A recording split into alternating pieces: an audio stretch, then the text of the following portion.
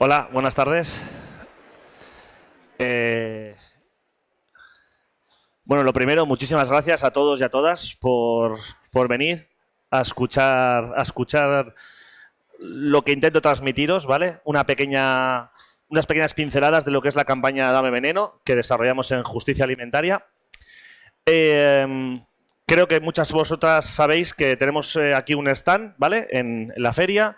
Entonces, bueno, cualquier detalle, cualquier cosa que se os quede un poco en duda, lo podemos comentar luego, ¿vale? Pero si seguís con esas dudas, nuestras compañeras y compañeros están allí para que podáis acercaros y bueno, recibir todos los materiales de la campaña y aclarar cualquier duda o cuestión, ¿vale? También me gustaría, antes de empezar, agradecer a la organización de Biocantabria que nos haya dado la posibilidad de estar aquí. Somos una organización, vamos a decir, pequeñita, que intentamos trabajar por lo que nuestro propio nombre dice, que es la justicia alimentaria. Y es un privilegio estar aquí delante de todos vosotras y vosotras, durante 3 días tener un stand, informar a todas las personas de aquí de Cantabria que pasáis por aquí. La verdad que es de agradecer y de aquí nuestro agradecimiento a la organización. Voy a intentar ser muy directo, ¿vale? En los mensajes claros de la campaña. Y para empezar, os voy a poner un pequeño vídeo, que es un vídeo con el que hemos presentado la campaña. Es algo muy rápido y ágil, donde aparecen muchos datos y luego, si queréis, podremos ir analizando, ¿vale?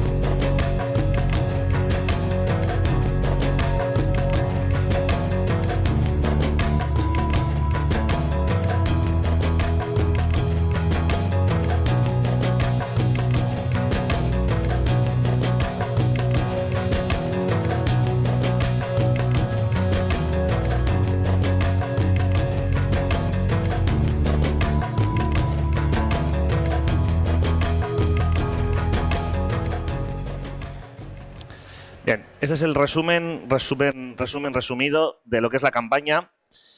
En él, bueno, pues se plasman varios datos, y el que más llama la atención es el número de muertes que están relacionadas directamente con la mala alimentación. Estos datos son a nivel estatal, a nivel español. Se calculan que 90.000 personas fallecen al año directamente condicionadas o muy condicionadas con la mala alimentación, ¿vale? La mala alimentación es algo que está presente en todas nuestras casas, mediante la televisión, mediante nuestro Facebook, pero no solo eso, también en las escuelas de nuestras hijas, de nuestros hijos, en los comedores escolares, en la publicidad subliminal que llega por todas las partes, en los recorridos que hacen nuestras hijas y nuestros hijos desde la escuela hasta casa, las marquesinas de los autobuses, en los horarios infantiles en televisión. Todo es un montaje perfecto para que tengamos una oferta alimentaria basada en alimentos procesados o ultraprocesados que distan bastante de alimentos sanos, ¿vale? Entonces, nuestra organización, así funciona esto. Sí.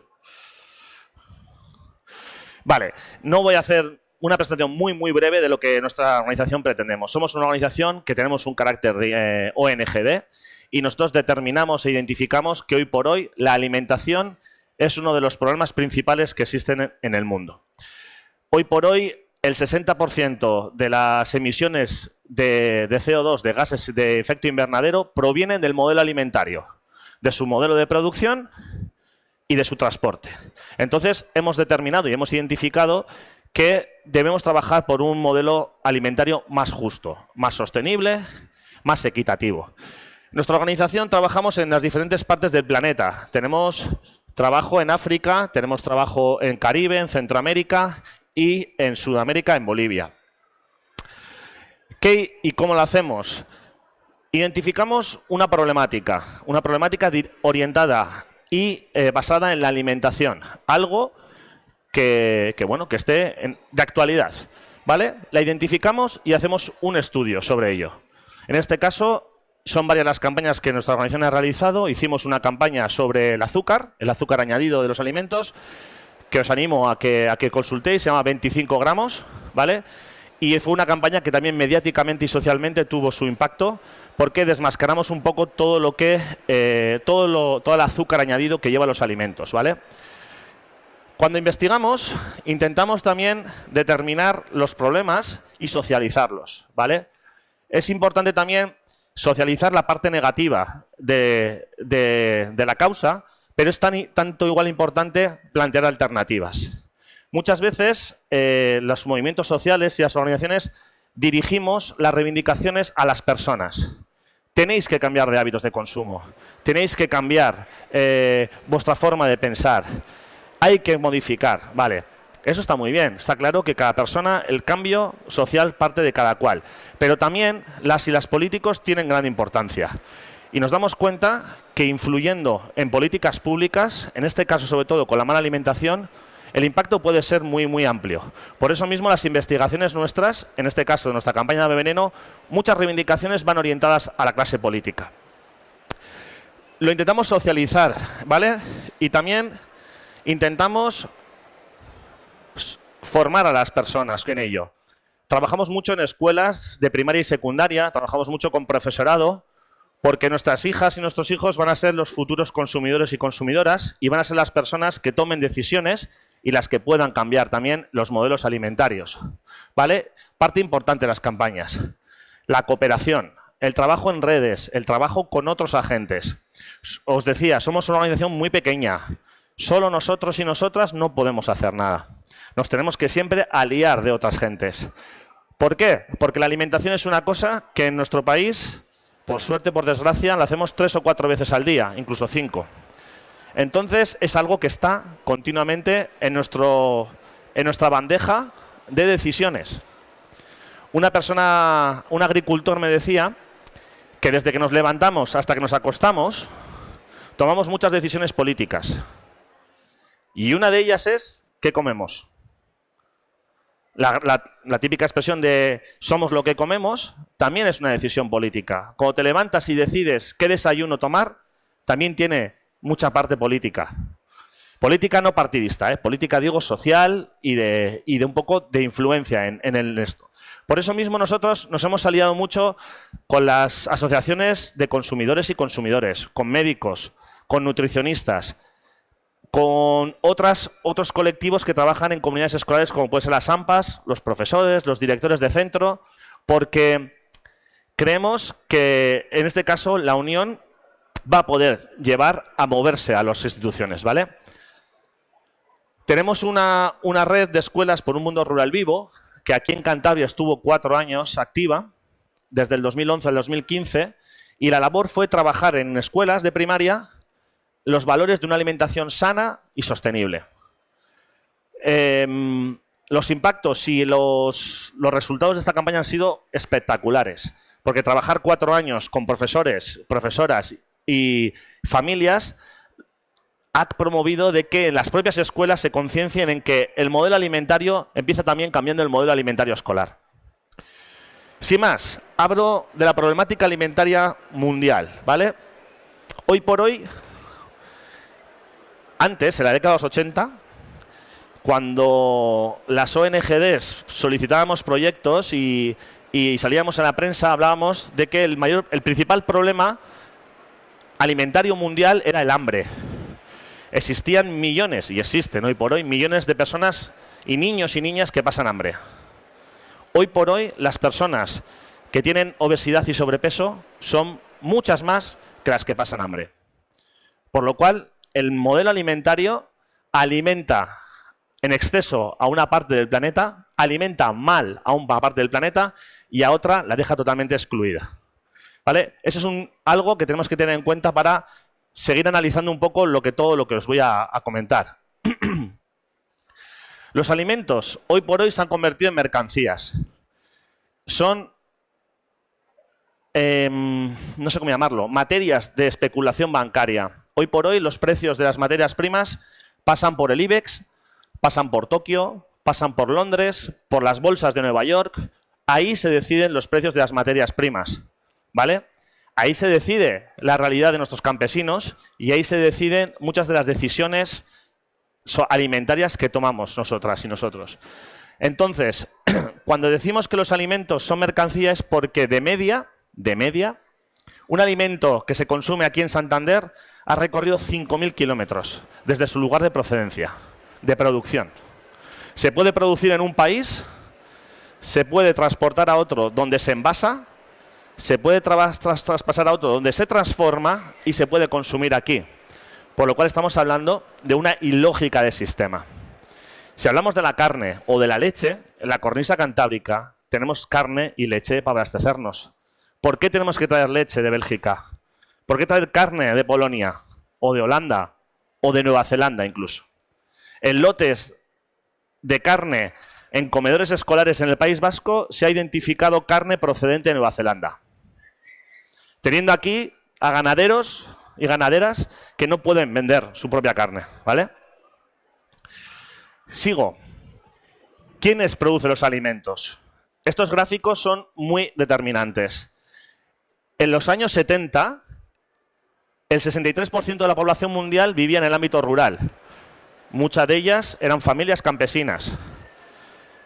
De cara al 2030, la tendencia va a ser totalmente inversa. La gente vamos a vivir más en urbes. Se va a despoblar las zonas rurales.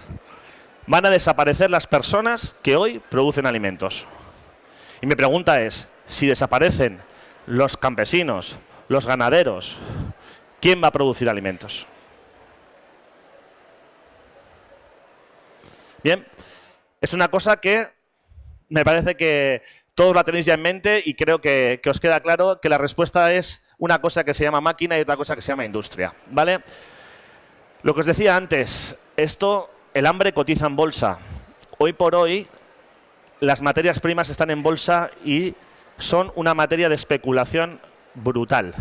Hoy por hoy hay muchísimos brokers que ganan muchísimos millones de euros gracias a la especulación de granos básicos como son el maíz, el trigo, el azúcar, el cacao, el café, sin tener en cuenta qué personas, sin tener en cuenta qué vidas hay detrás de la gente que produce alimentos. Todo eso se está dando en este mundo, ¿eh?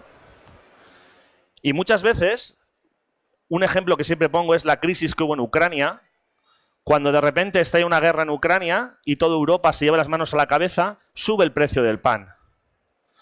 La gente no se lo explicaba. ¿Por qué si hay guerra en Ucrania? Porque aparte de esa, es el granero de Europa. Entonces, las bolsas, al ver que había un conflicto, empezaron a especular al alza con la materia prima. Por lo cual, si suben las materias primas del pan, nuestras barras de pan que comemos todos los días suben el precio. Por lo cual, eso también nos influye a nosotros.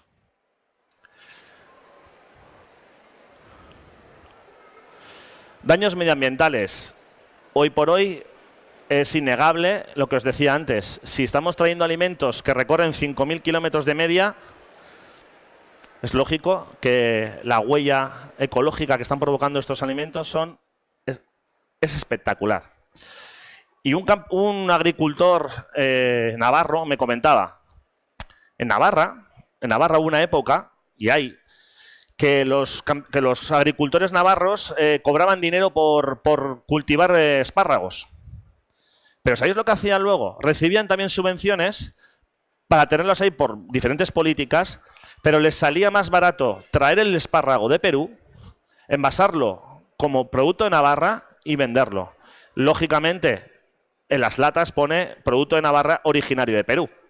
Y sin embargo, los campos de espárragos estaban plantados y no se recogían. Eso es lo que ha pasado una época en Navarra con el espárrago. ¿Qué ha pasado? La tendencia ha ido a que la gente ha ido cambiando los hábitos de consumo y sabe perfectamente que un espárrago de Navarra no tiene nada que ver con un espárrago peruano o un piquillo con un piquillo chino. Por suerte, hemos entrado también en unos targets que se dicen de consumo que tiramos hacia esa coherencia, ¿vale? Pero somos unos pocos o unas pocas los que estamos entrando, ¿vale? Daños medioambientales. Está claro de que, lo que os decía antes, el 60% de las emisiones de los gases de efecto invernadero provienen de lo que es un sistema alimentario que hoy por hoy fabrica alimentos también. Cuando estamos hablando de que granjas, ha habido una polémica importante porque en Soria quieren abrir una macrogranja de más de 20.000 cabezas de ganado. Lógicamente, los ganaderos de la cornisa cantábrica están diciendo, si metemos en Soria 20.000 vacas, ¿qué hacemos con todas las de Cantabria, con las del País Vasco y con las de Galicia? Bueno, ahí está el tema. ¿Qué va a pasar? Veremos a ver. Hay una corriente muy crítica con esto, pero con esto quiere decir que se está priorizando también la producción industrializada de alimentos. Tratados de libre comercio, un palabra que cada vez que lo pongo en las charlas todo el mundo me mira como diciendo, va, déjame de... Os voy a poner un ejemplo clarito. Si se ha firmado hace poco un tratado de libre comercio, Europa con Canadá, el CETA se llama, ¿vale? Canadá es el tercer país que más transgénicos produce. ¿Qué quiere decir eso? Que los transgénicos van a poder llegar a nuestros mercados gracias a este acuerdo. Y dos, ¿quién va a decidir qué reglas poner o cómo regular? ¿Los gobiernos? ¿Los tribunales? No. Estos acuerdos comerciales dan más fuerza a las propias empresas que a los propios tribunales. Hay como un tribunal que está compuesto por las empresas multinacionales que tiene esa capacidad de decidir si realmente la actitud que se puede juzgar es positiva o negativa. Eso es lo que traen los tratados de libre comercio. El presidente de Estados Unidos, Trump, ha paralizado el TTIP, otro tratado de libre comercio que fue muy polémico. Trump lo ha paralizado. ¿Por qué?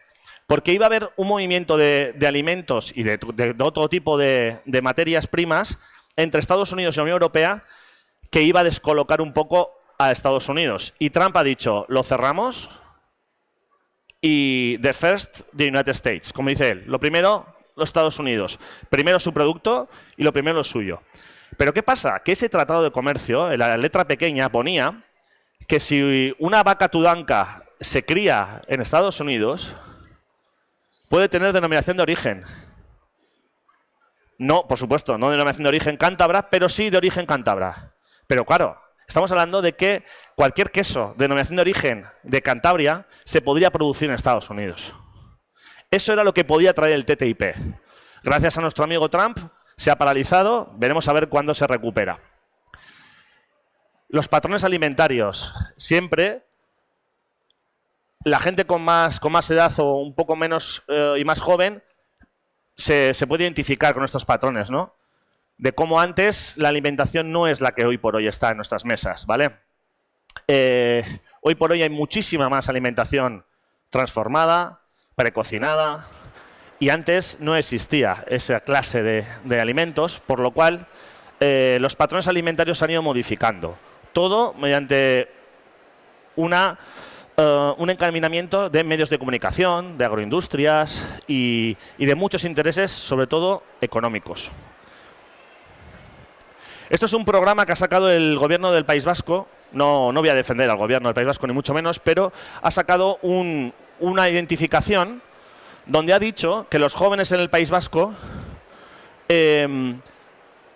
no consume, el 51% de los jóvenes en el País Vasco no consume fruta diariamente, ni verdura, y que todas las recomendaciones que les ponen, más del 90% se las salta. Estos datos se pueden extrapolar perfectamente a Cantabria. Nuestras niñas y nuestros niños no comen la fruta y la verdura de vida. Tenemos unos índices de obesidad y sobrepeso infantil de los más altos de Europa. ¿Y qué pasa? Que las administraciones, las instituciones, culpan a las familias de ello.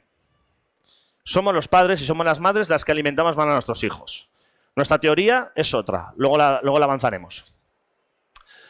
Otros datos preocupantes es, pues por lo que os decía, ¿no? De 1 de cada 3 niñas que tiene sobrepeso, 1 de cada 3 personas es hipertensa también. Todos estos son datos de País Vasco, pero a nivel estatal son exactamente iguales. Se dan los mismos patrones, los mismos datos. Entonces, en VSF decidimos denunciar esto. Nos damos cuenta que la mala alimentación está provocando que la población enferme. Y siempre ponemos un ejemplo, y es el tabaco, ¿vale? El tabaco, en el 2011, tiene un duro varapalo, porque pone una ley muy restrictiva, prohibitiva. Y los niveles de descenso de fumadores y fumadoras, yo entre ellos, ha sido abismal. ¿Qué pasa? El gobierno se da cuenta que los gastos de salud, cuando había ingresos con los impuestos, eran estos. Y los ingresos de salud estaban aquí. ¿Qué pasa cuando la balanza cambia? Cuando hay más personas enfermas debido al tabaco que los ingresos. La balanza cambia y el gobierno dice, no nos sale a cuenta, hay que restringir el tabaco y se prohíbe. ¿Vale? Con la alimentación, yo vaticino que va a pasar lo mismo. Va a pasar lo mismo. Hoy por hoy, la causa principal de personas que están en los médicos, que van a los hospitales y que fallecen, están relacionadas con la alimentación, con la mala alimentación. Entonces, tenemos que tener en cuenta que el gobierno sabe esos datos, los tiene en mente. Está claro que comiéndote una hamburguesa de 2000 calorías no te vas a morir, porque la seguridad alimentaria está asegurada. Esa hamburguesa cumple todos los requisitos de seguridad alimentaria. Y nadie dice lo contrario. Yo no digo lo contrario. Cuando te comes una pizza, idem. Pero si eso se repite diariamente, la seguridad alimentaria está asegurada. Pero no tu cuerpo está asegurado, no tu salud está asegurada. Porque estás metiendo gramos y gramos de azúcar, gramos y gramos de sales y gramos de grasas saturadas. Entonces, en Dame Veneno, lo que hemos pretendido es alertar a la población sobre esto. Que la alimentación nos está enfermando, ojo. ¿Qué ha pasado? Pues ha pasado que la tendencia de obesidad que calculamos va a ser casi el 60% en el 2020. Eso es algo que puede ser brutal.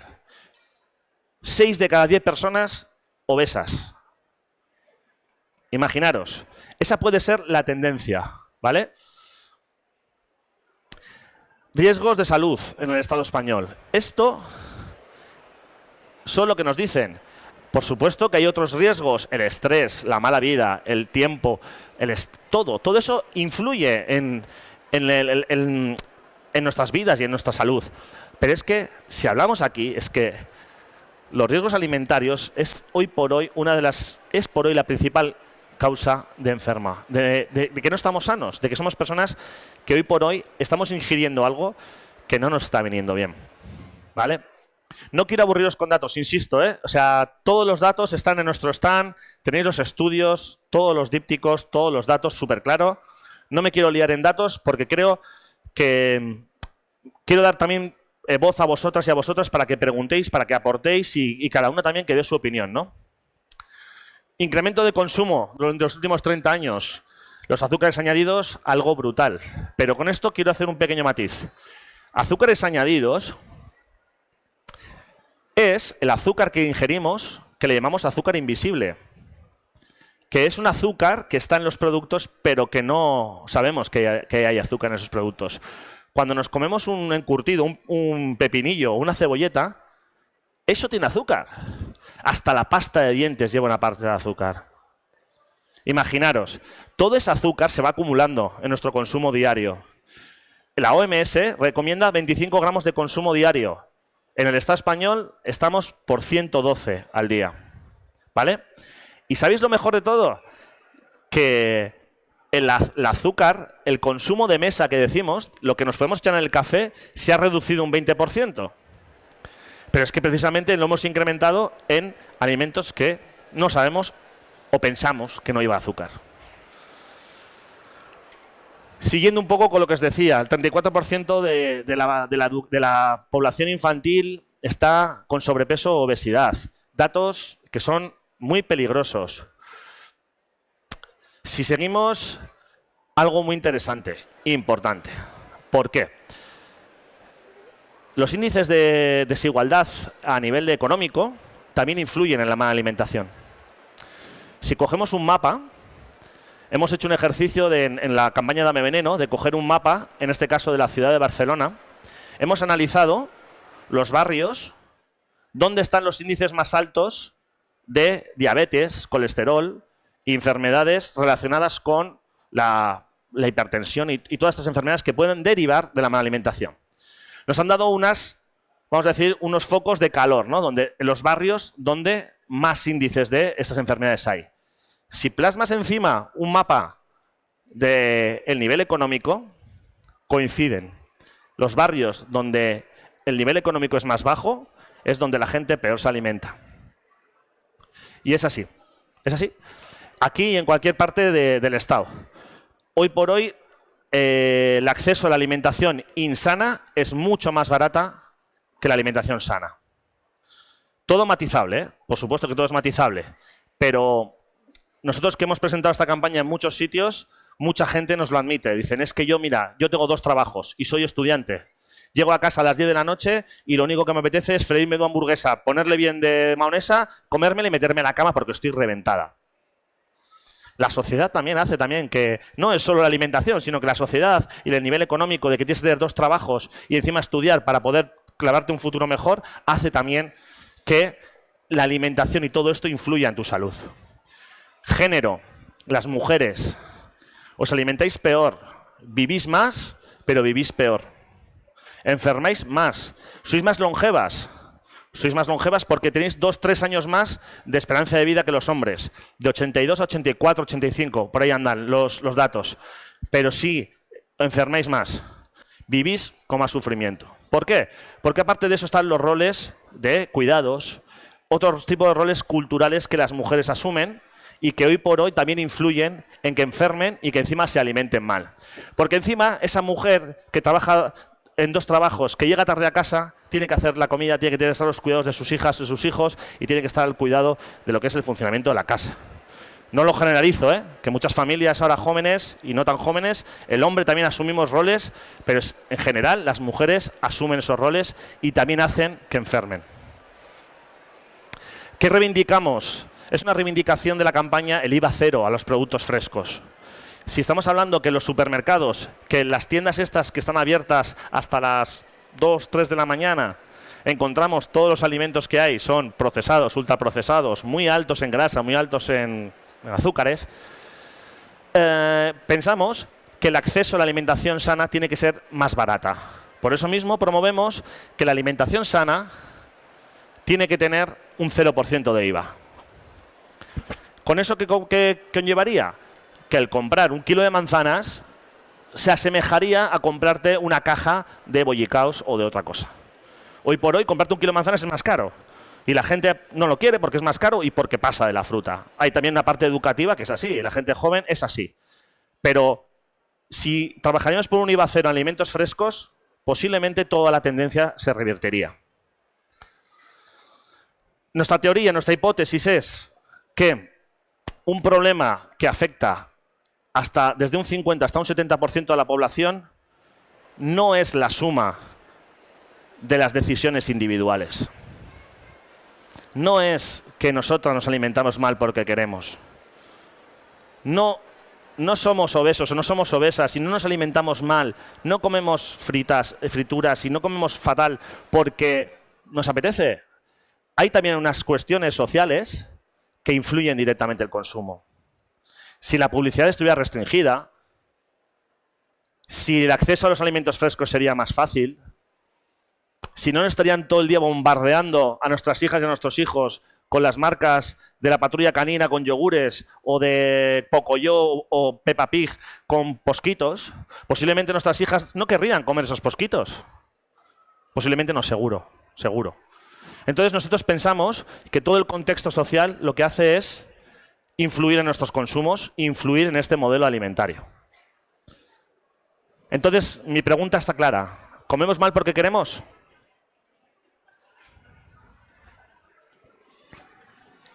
Y para ir acabando mi presentación, acabo con 4 filminas y os dejo la voz a vosotras, ¿vale? Creemos que esto es una de las causas. Un ambiente alimentario insano y un acceso físico a la alimentación difícil.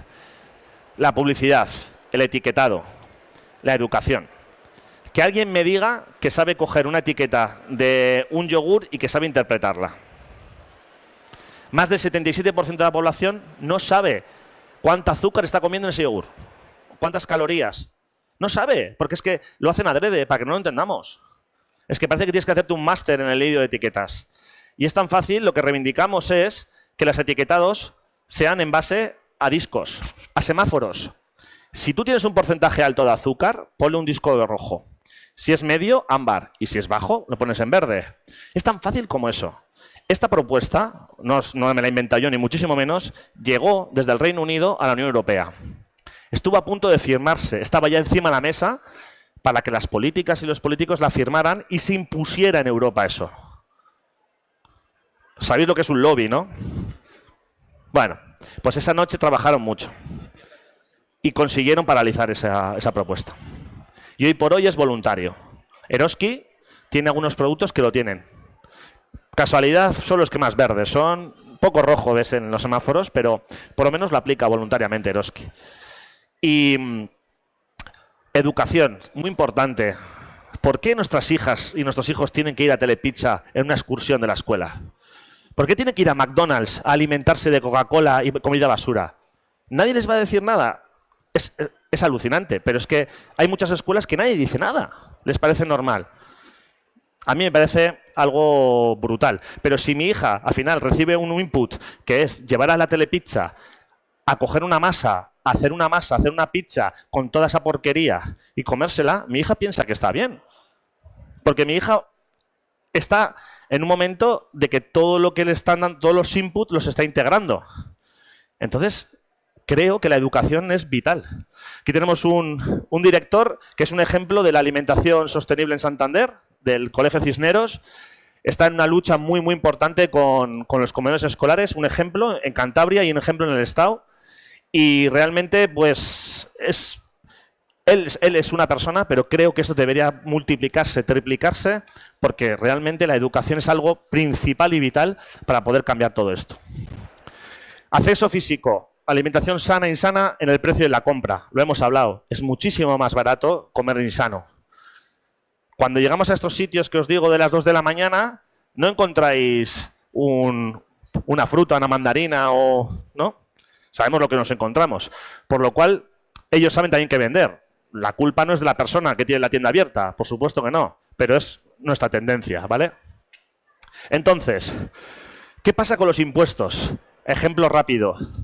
En el Estado español, los alimentos frescos tienen el 4% de impuestos, pero sin embargo, los alimentos insanos tienen un 10%.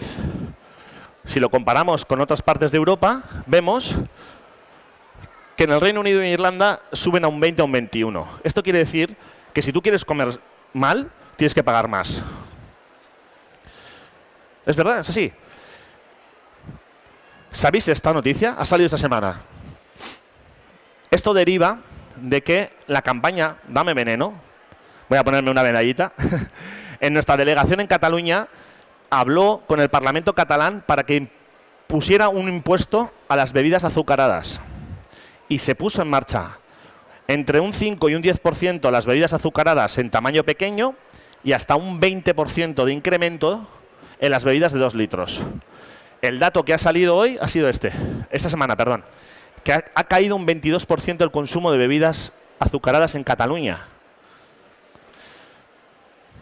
En Noruega, en Finlandia, tienen estos impuestos a las comidas y a las bebidas insanas. Y la gente en Noruega y en Finlandia no tienen problemas de obesidad. Porque si quieres comer mal, lo pagas. Si quieres comer bien, es más barato. Entonces, por eso os decía que no es todo una decisión particular de las personas. También hay decisiones sociales y políticas. Bueno, otros países que también están un poco en la tendencia. Todo el tema de las de la televisión, de cómo nos meten en horarios de precena, de precomida, todos estos anuncios de estas comidas, que cae la hamburguesa que sale de una parrilla y cae Super Chof con una salsa espectacular y bueno, todos sabemos. Entonces, son todos reclamos publicitarios que valen y que lo están consiguiendo. El etiquetado, ya hemos hablado, que es algo, pues eso, que no es comprensible. Y, sobre todo, importante este aspecto. Cuando hablamos de la Fundación Española de Nutrición, lo componen todos estos amigos de la buena alimentación. Bimbo, Grefusa, Puleva, bueno, Telepizza. Toda esta gente tienen a médicos, tienen a especialistas, tienen a investigadoras que hacen análisis y sacan un mensaje que dicen, no, consumir azúcar no es malo, cada uno sabe lo que hace. Yo te lo pongo ahí, pero tú sabes si lo comes o no. Hostia, si te lo dice una nutricionista que tampoco es tan malo, porque bueno, pues lo como, ¿no? Todo esto es un gancho, ¿eh? Y esto es una trampa que desgraciadamente es difícil desmascarar. Y ya cerrando ya, me callo, nuestro mensaje es que sin agricultura no hay alimentación. Si nuestros ganaderos, si nuestras gentes que están en el campo, si nuestras personas que producen nuestros alimentos, si desaparecen, producirán los alimentos las máquinas o las personas de países muy, muy lejanos. No tendremos nuestros quesos, no tendremos nuestras verduras, no tendremos nuestra carne. Entonces es muy, muy importante que apostemos por una alimentación sana, por una alimentación cercana y por una alimentación justa. Y ya con esto me callo y os doy la palabra a vosotros y a vosotras, que seguro que tenéis muchas críticas que hacerme. Gracias.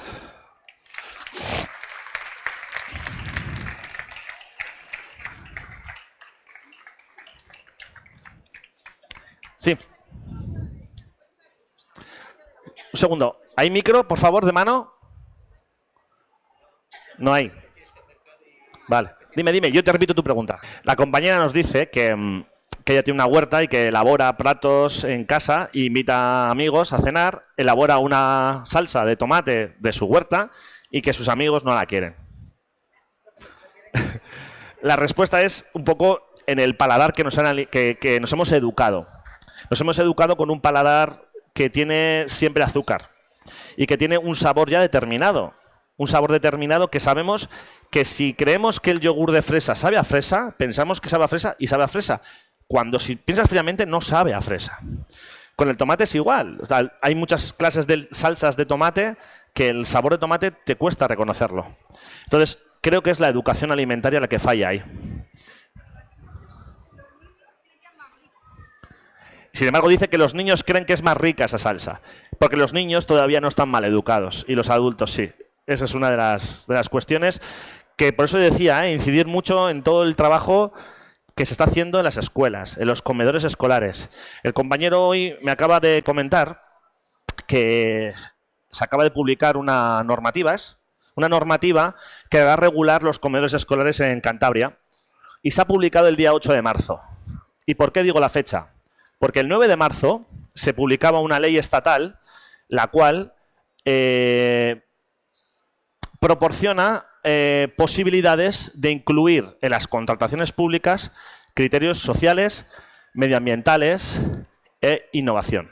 Entonces, ¿qué pasa? Si se publica el día 8 de marzo, un día antes de la publicación, se rige en base a los anteriores criterios que no cumplían esos criterios.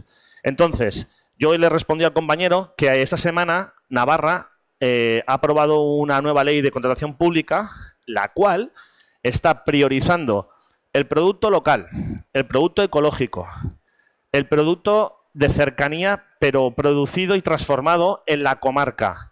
Todo eso lo está promocionando mediante las administraciones públicas para que ese alimento esté en nuestras escuelas y en nuestros hospitales, porque tela también, en los hospitales lo que se pueden comer. Entonces, por eso mismo, la teoría que nosotros barajamos está claro que la influencia que tenemos cada cual en nuestro consumo es grande. Porque yo decido al final si como una docena de huevos o me como 2 bollicaos. Está claro que ahí no viene una persona externa y me indica que tengo que coger. Pero sí que es verdad que mi condicionamiento mental está condicionado a tirarme a comer esta alimentación que no es sana. Por eso mismo estamos en esta campaña y en este trabajo, y agradezco mucho que hayamos llenado la sala porque para nosotros es como muy emocionante, ¿no? Venir aquí y explicar esto y ver que hay interés sobre todo. Más preguntas, más críticas, más comentarios. La compañera nos pregunta cómo poder influir en las administraciones locales, en ayuntamientos. Vale. Lo primero que hay que saber es si los ayuntamientos tienen gestión de algún tipo de comedor. Porque hay algunos municipios que gestionan residencias o que gestionan centros de día. En ese caso, el ayuntamiento tiene potestad para poder decidir qué alimentos quiere que se incluyan en los comedores. Desgraciadamente, el criterio económico es el que prima. Me decía el compañero que hasta más del 60% y que incluso podía llegar al 100%. O sea, que da igual de dónde venga el alimento. Da igual dónde se produzca. Da igual cómo se produzca. Da igual de qué calidad. Pero si es el más barato, lo puedo contratar. Eso es lo que la administración pública en general hace. Con esta nueva ley de contratación pública, eso se puede condicionar. Porque tú puedes decir claramente al ayuntamiento que incluya criterios de medio ambiente. Criterios de medio ambiente puede quedar muy ambiguo, pero es tan fácil como decir, ¿qué es más sostenible? ¿Traer una carne de la persona que está en el valle de al lado de mi casa o traer una carne que viene de Polonia? ¿Qué es más sostenible? Lógicamente, la carne de aquí. Entonces, ese criterio puntuaría más para que el ayuntamiento comprara la carne directamente o mediante una cooperativa o mediante una carnicería a la persona que está produciendo a nivel local. Se puede hacer. El político, la política, te va a decir que no. El otro día estuve reunido con el Departamento de Salud Pública del Gobierno vasco y le plasmé directamente la noticia que antes os he puesto del gobierno, de lo que ha pasado en Cataluña. Esta. Directamente según la vio, ¿sabéis lo que me dijo? Eso es mentira. Eso es mentira. ¿Vale? O sea, yo no voy a defender a los medios de comunicación, pero es que esto no es un medio de comunicación, es un estudio de una universidad de Barcelona. No lo dice La Vanguardia, no lo dice Neco, lo está diciendo una investigación de una universidad. Y ella me seguía diciendo que... Y yo le decía, ¿tú no crees que los impuestos tienen realmente influencia en la gente? Sí, porque le estás tocando el bolsillo. Ella decía que no, que la raíz estaba en otros aspectos y tal y cual. Le comenté lo de la publicidad y le decía yo, joder, hostia, que en las televisiones se les puede limitar el horario infantil, meter toda esta alimentación basura. Y me decía, no, no se puede. ¿Por qué? Porque hay televisiones privadas y tal, ya, pero si haces una ley de publicidad potente... ¿Sabes lo que me dijo? Que ella había sido una abanderada de la lucha anti-alcohol, contra el alcohol, o sea, contra la publicidad del alcohol en la televisión. Y me comentó un caso que me hizo mucha gracia, que cuando restringieron la publicidad de alcohol en la televisión vasca, en la televisión pública vasca, en prime time ponían la pelota vasca, ¿no? Los domingos y los sábados por la tarde, y aparecía un cartel enorme de Pacharán a Navarra en el frontón.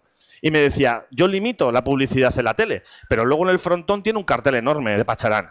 Y dice, no podemos hacer nada contra el alcohol. Digo, joder, o sea, si eso es la excusa del por qué no hacer nada, yo le dije, perdona, pero es que no haces nada en un cargo político, porque la gente está demandando hacer cosas. O sea, son excusas siempre. Los políticos siempre tienen excusas, siempre tienen salidas para todo. Pero hoy por hoy, con la nueva ley de contrataciones públicas, insisto que es una arma que la sociedad podemos utilizar para que todo cambie. Chicos, chicas, más cosas, más preguntas, críticas, cuestionamientos.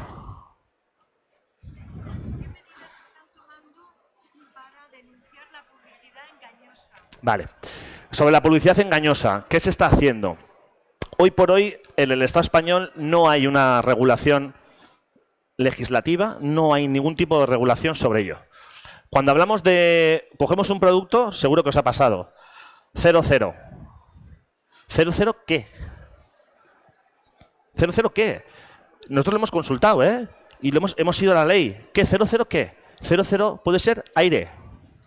En serio os lo digo, ¿eh? O sea, no lo estoy diciendo ahora de coña. Puede ser 00% de aire. No está legislado en ningún lado. Está todo muy regulado en base a un criterio publicitario que es de cumplimiento no obligatorio, ¿vale? Es vamos a decir, como un decálogo donde te dice, mira, para vender galletas no puedes utilizar personajes infantiles. Para no sé qué, no puedes hacer... O sea, son criterios que los han puesto las propias empresas. Si quieres lo cumples y si no, no, ¿vale? Entonces, Bimbo, por ejemplo, se lo salta mucho. Se lo salta. No puedes utilizar también que un dulce, la palabra salud. Bueno, pues se utiliza. En la industria se utiliza.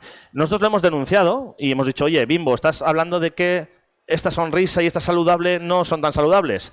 Bueno, es luchar... Es David contra Goliat. Somos una pequeña organización que luchamos contra un macro imperio, como puede ser Bimbo o Nestlé, y hay a veces que dicen, bueno, mira, tienes razón, vale, venga, lo hemos saltado y tienes razón, vamos a retirarlo. Una vez lo hemos logrado. Pero a nivel estatal, a nivel de políticas públicas, no hay nada escrito. No hay nada. Light. Lo único que está un poco regulado es lo light, que tiene que ser el producto original y el producto light, tiene que tener, el light tiene que tener un 30% menos de grasa que el original. Pero tiene que ir determinado en la etiqueta light cuánto tiene el original y cuánto tiene el light. Y eso no se cumple.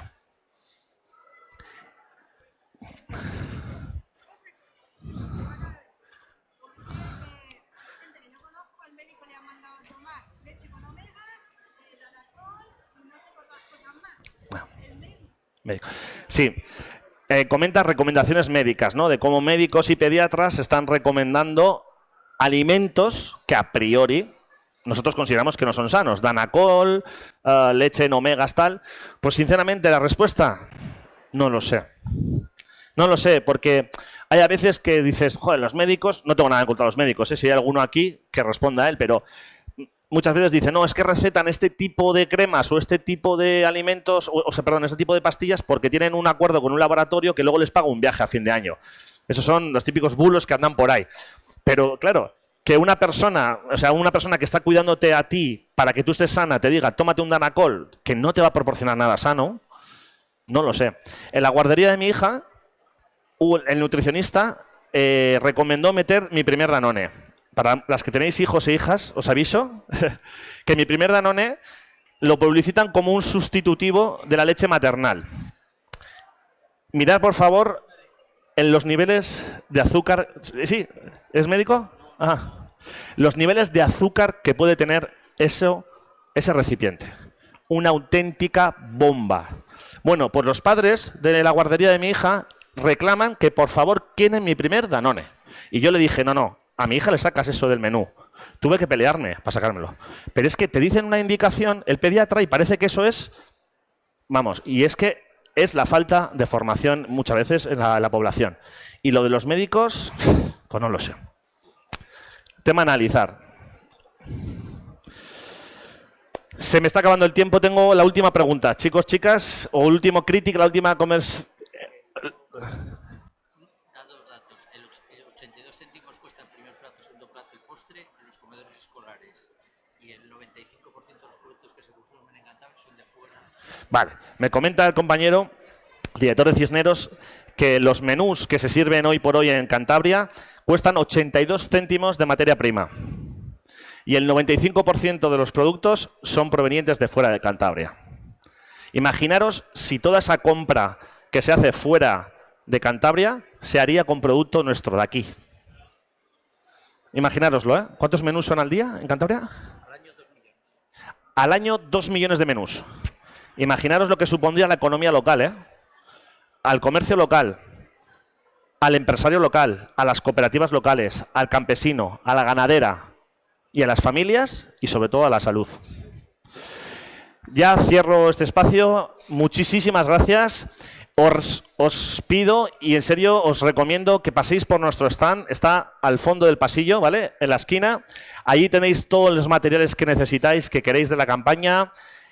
Nos podéis seguir en redes sociales. Hemos sacado una última campaña que creo que va a ser bastante potente, que es una derivación de Dame Veneno, que se llama Mi Primer Veneno, que está dirigido a la alimentación de los niños entre 0 y 3 años. La hemos sacado esta semana, no os lo he comentado porque está muy, muy nueva, Pero si queréis cualquier tipo de datos, tenemos a los compañeros y compañeras en el stand. Muchísimas gracias por vuestra participación y nada, y ánimo.